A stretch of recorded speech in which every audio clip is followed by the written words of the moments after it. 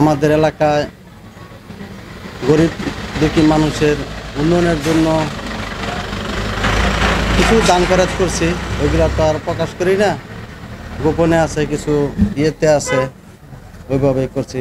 অভিভাবক বলতে আমাদের রূপগঞ্জ থানা বা ইউনিয়ন থানা হিসাবে যদি আসন দিক দিয়ে আমি দীপু ভাইকে সমর্থন করি। দীপু ভাই আমার প্রাণের মানুষ, মনের মানুষ, এবং ওনার প্রতি আমার একটা সম্মান, অন্য রকমের অনুভূতি, যেটা বলা বাহুল্য।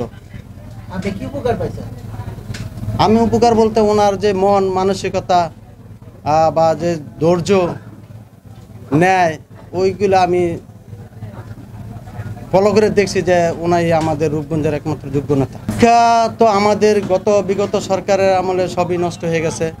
তাও যা আছে সব, যারা ছাত্র আছে তাদেরকে সবাইকে বলি যাতে লেখাপড়ায় মন দেয়, যাতে মাদক বা এই ফেন্সিডিল বা আরও যা বা গাঞ্জাটা আছে ওইগুলোর প্রতি এই নিষেধ করা হয়। আমাদের এলাকায় অনেক গণ্যমান্য লোক আছে, সবাই আমরা এর প্রতি দৃষ্টি দিই যাতে যুবক সমাজ নষ্ট না হয়। তো আমাদের এলাকায় প্রচলিত নাই, তো যদি দুই একটা থাকে আমার জানা নাই, ওইটাও আমরা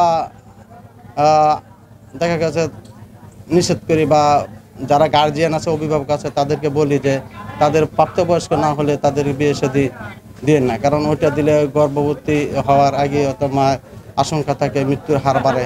শিক্ষার পরিস্থিতি তো বলছি যে গত সরকারের আমলে শিক্ষাটাই একেবারে নষ্ট হয়ে গেছে, ধ্বংস হয়ে গেছে। শিক্ষা বলতে না বলে চলে, কারণ আমাদের যে শিক্ষা আগে ছিল, বিগত সরকারের আগে ছিল, এখন বর্তমানে সরকারের আমলে শিক্ষার মূল্যায়ন হয় না।